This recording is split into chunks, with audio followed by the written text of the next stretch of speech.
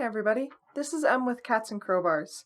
I understand that it might be a bit of a downer knowing that our main story with the Vagrant Hope is being put on hiatus until about November. But don't worry, that doesn't mean that the game has to stop. That's right, I'm running my own Dungeons & Dragons game with a whole different group. So, while I'm at it, let me introduce you to what I will be lovingly calling the Heartstrings. The continent of Awith is where our story begins. A land of quiet peace, or, as peaceful as a continent can get. We meet all of our heroes after they have seemingly touched a strange rift. But that's for a later time to explain. For now, let me explain this little continent for you. There are 4 major cities that govern the land. To the north lay Hazelcrest, governed by the family Lorona, a family of trade with little army to their name. They are the youngest city who have established themselves as wealthy and very prosperous. Without them, the economy of the whole continent might fail. To the west is a city called Northmount, a jealous family who used to own a large swath of land. The family of Valkyrian rest here.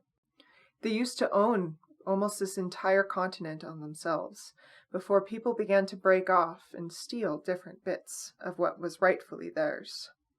In the south, Boulderdale takes its claim. Hard workers lay under the hand of the Brennan family, an ancient farming family that has been turned into royalty. They have near isolated themselves from everyone, but their trade of food scatters across the land. Finally, tucked along the Alisar Heights, Winterrest holds its place, an encampment for the people who originally lived among the continent. The family Venfia keeps its pride among the people, knowing many ancient stories that many have forgotten.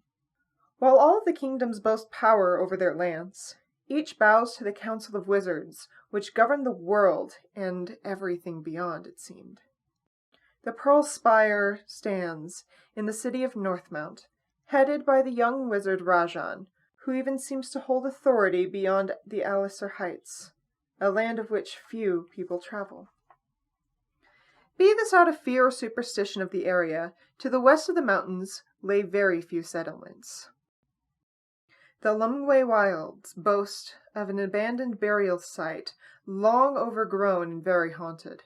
However, the burial site itself seems to lay barren among the lands. The southern tip of the island has not been explored for near a century. The Rosengo Grove seems to care for portals to the Feywild, strange creatures always appearing amongst the forest here.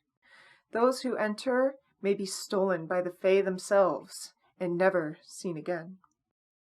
Finally lay the Twilight Glen, a large piece of land that has long since plunged into eternal night.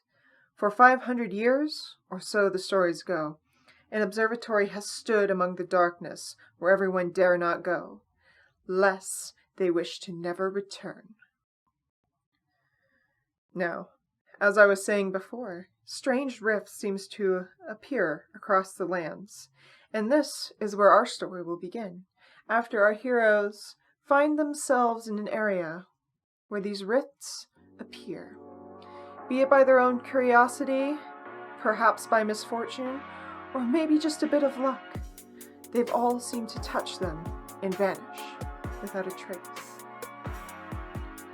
I hope you guys enjoy listening to my new D&D story. It will be an actual play, and I am super excited to get to play this and run this for all of you.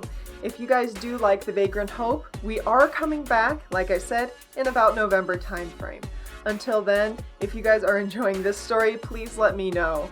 I will see what I can do about possibly even continuing it later on, or maybe doing a couple other one-shots, or I don't know, we'll see what happens.